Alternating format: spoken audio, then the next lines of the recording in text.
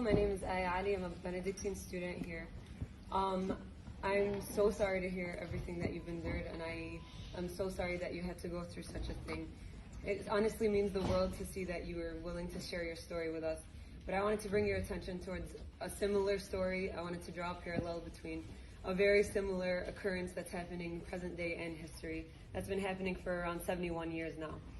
I'm sure you know about what's happening in Palestine, and my question to you is, do you support or do you condemn the establishment of the Zionist Israeli state, and whether it's okay to exile and the complete ethnic cleansing of the Palestinian people the way that the Jewish people were exiled and ethnically cleansed?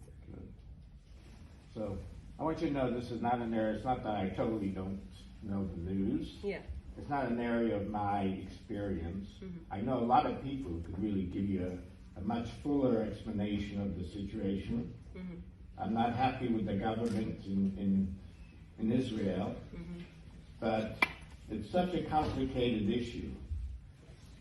And I've been mostly really involved in interreligious dialogue between the different religious traditions, mm-hmm. and how what they can do to help bring about peace. So, for example, we know now that Pope Francis was just present with the signed major statement with the Grand Imam of Cairo, and that those kind of issues, and there are many Jews involved working in interfaith centers who are working on this very issue, trying to help create peace.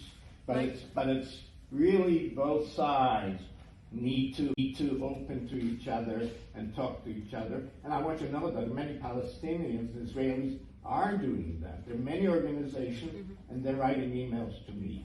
Whether Israel should exist, yes, I think Israel should exist. So I'm going to tie it back to my original question. Do you support or condemn the ethnic cleansing of the Palestinian people? Because the establishment of the Israeli state and the idea of Zionism ties back to the right of the Israeli state at any cost. And that cost is the Palestinian people. I am a result of experiences that you've been through. I am a survivor of the Intifada, and that is way after 1948 when the Palestinian land was occupied.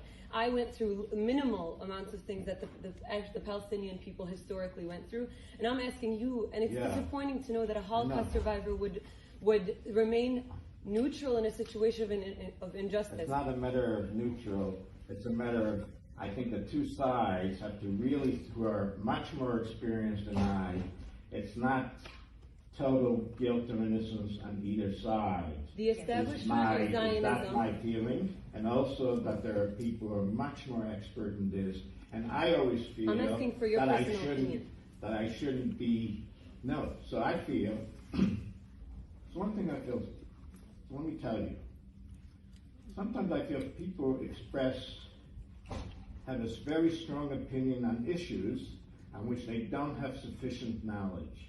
And I'm always troubled by that. And this is an issue that I don't have enough knowledge to say a yes or no answer. I think it's very complicated. And there are many people who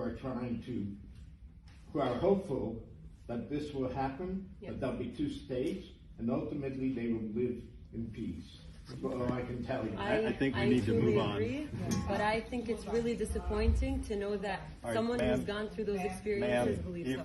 I'm so sorry to hear what happened to you, but I'm honestly very hurt by the fact that I cannot gain your support. Have a great day. Thank you very much.